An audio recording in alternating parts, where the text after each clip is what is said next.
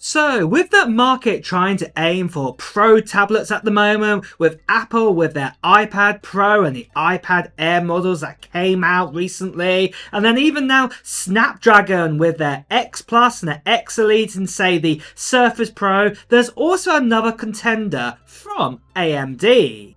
This here is the MinisForum V3, and this here has an AMD chipset inside of it, or an AMD SoC inside of it, and it's actually the world's first 3-in-1 tablet and also computer, and also one extra feature too, what I'm going to talk about today. And it wants to take on, say, the likes of, say, the iPad Pro and also those brand new Windows 11 sort of tablets that have come out with the Snapdragon inside of it. This MinisForum's V3 costs less than $1,000 and it's really affordable for what it is, and also it has a lot of great features, what I want to talk about more of today. The specs of the SoC inside of this is an AMD Ryzen 8840U or 8840U, and it's a Zen 4 with 8 cores inside of it, 16 threads, and has a base clock of 3.3 GHz and it can boost up to 5.1 GHz. There's also a Radeon 780M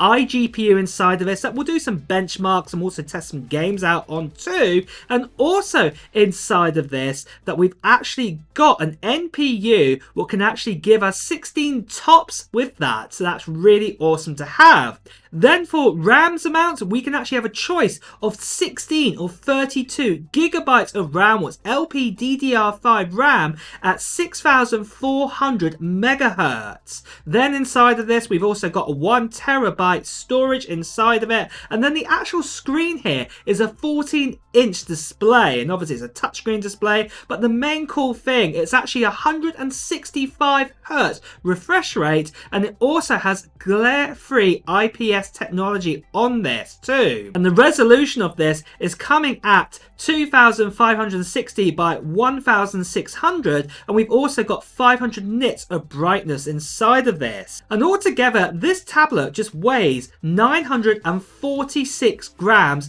and it runs Windows 11 really well.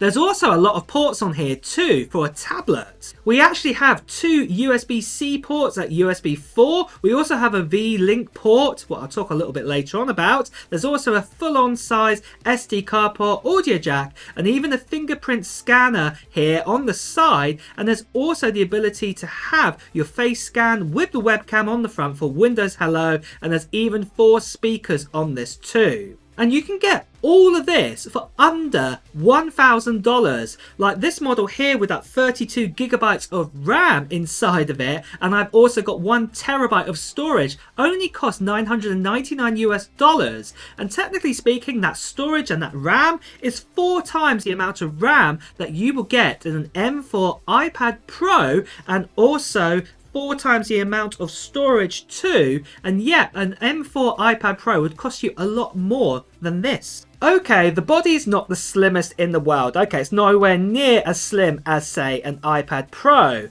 But at the end of the day, to me, I think the iPad Pro is just getting a bit silly with its sizing now. And then obviously the weight of this V3, it comes in at 946 grams, what is a little bit heavier than, say, the average tablet out there. But one of the other big differences this tablet has, it has fans built inside of it. It has 2 dual fan with the vents at the top here. And also you can also upgrade the storage inside of it up to 2 terabytes with its 2280 sort of NVMe inside of here. Now I did say to you this is a 3-in-1 device. Now obviously, as you can see here, it has the included keyboard and it has a really good size trackpad too, what I really like. Very similar to like a Surface Pro, and obviously like I said, the keyboard feels really good, it lights up and everything, so I really like that. The other thing too is that you can actually do AI tasks, so you can do like Copilot inside of this, and in fact it actually has a dedicated Copilot key on the keyboard. And those Copilot tasks are more than capable because obviously the AMD sort of chipset inside of this, obviously it does have an NPU that can actually do over 16 trillion operations per second for kind of AI sorts of bits and pieces, what's really awesome.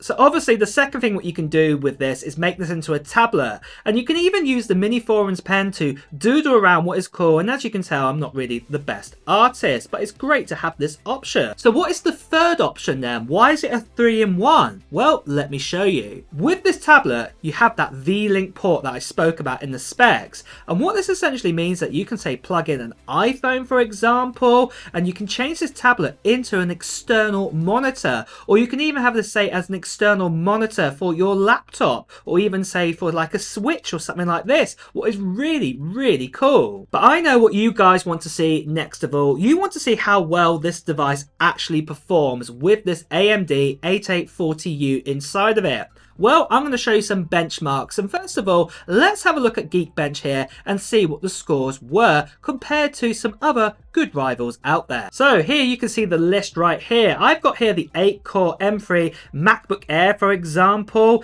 and with this we got a single core performance of 3053, what is very good for single core performance. 11,512, you know, for multi-core performance, and then obviously that new Lenovo what came about recently with that 12-core Snapdragon X Elite, what I did a review on this channel about. Obviously the single core performance was less than the MacBook Air with the M3, but obviously the multi-core performance was way out in front because obviously the 12 cores inside of it. And then obviously look at the V3 here with its 8 cores AMD and the 8840U. You can see here that single core performance is very similar to what the Snapdragon X Elite gives us right now, but multi-core performance is just behind the likes of say a MacBook Air M3. But then moving over to Cinebench, this is where things change quite a bit here.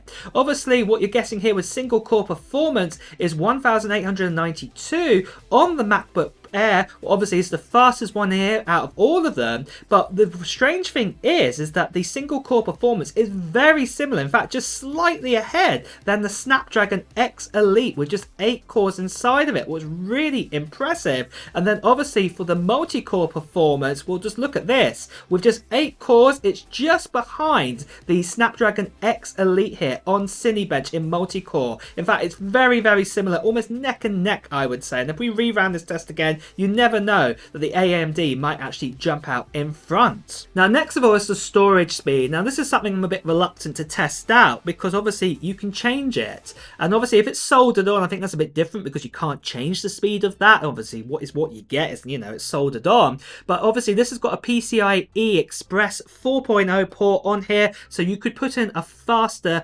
2280 sort of NVMe inside of it if you wanted to do that, and so really I'm not going to test that out on here today.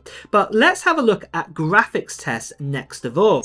And what I ran here is 3D Mark Wildlife Extreme on this V3. And as you can see here again, comparing it here on the benchmark sort of test here, it does just come behind the other two here. In fact, it comes behind around about almost a third of the speed in comparison. But remember, benchmarks doesn't mean everything here. But you can actually see here is a little bit behind there. But the best thing we probably should do next of all is have a look at the actual games and look at the average frame rates per second with the V3 that we have. So I decided to boot up Cyberpunk here and run the benchmark, and I ran a few other games too on all 3 of these different machines, and let's have a look at the scores. So with the MinisForum here, the V3, what we could actually got here with the 8840U, we actually got 98 frames per second in GTA 5, Cyberpunk 39 frames per second, Horizon Zero Dawn 44 frames per second, and obviously Rise of the Tomb Raider we got 58 frames per second. And remember, this was ran at kind of a low medium kind of mix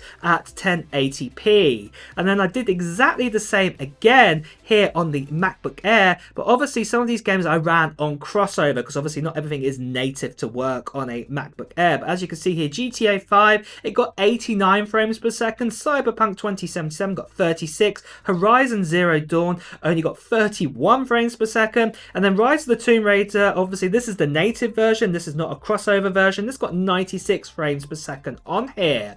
But then in comparison to that Lenovo machine that I've got, the Snapdragon X Elite here, and you can see the difference here. We've got 88 frames per second on GTA 5, Cyberpunk 2077 35 frames per second, Horizon Zero Dawn 30 frames per second, and then Rise of the Tomb Raider we got 78 frames per second. Now obviously those two other chipsets, or those two other socks I just said, they're obviously like crossover, and even Snapdragon, it uses Prism to, you know, calculate and convert things, so you're not getting a full accuracy, but that's how things are right now. And obviously this AMD chipset is built on x86 sort of infrastructure out there, so obviously all games just work perfectly well on here. What is a big advantage for this chipset inside of this tablet, so that is one good thing what you're going to get there. There are also one or two other tweaks that you can do with this. So for example, if you wanted to, you could actually go into the BIOS and actually change the amount of RAM for the graphics to be up to 8 GB if you wanted to do that. And then also the actual battery life inside of this is quite good at 50.8 watts per an hour, and this is because we have that slightly sort of thicker sort of tablet, and this is great to have. Like I said before, this is definitely a great competitor out there and a great alternative, and I have really enjoyed my time playing around with the MinisForum V3. But I'd love to know your thoughts too. What do you think of an AMD sort of tablet or 3-in-1 that we have here? Is this something that you'd consider yourself, or would you consider something different? Let me know your thoughts in the comments below. And also as well guys, it's time to wrap up this video, so if you have enjoyed watching it, please do press the like button. Also you want to hear the latest technology news, reviews and comparisons too. Make sure you subscribe to this channel and also hit that notification bell. Until next time guys, I'll see you really soon. Take care. Bye bye.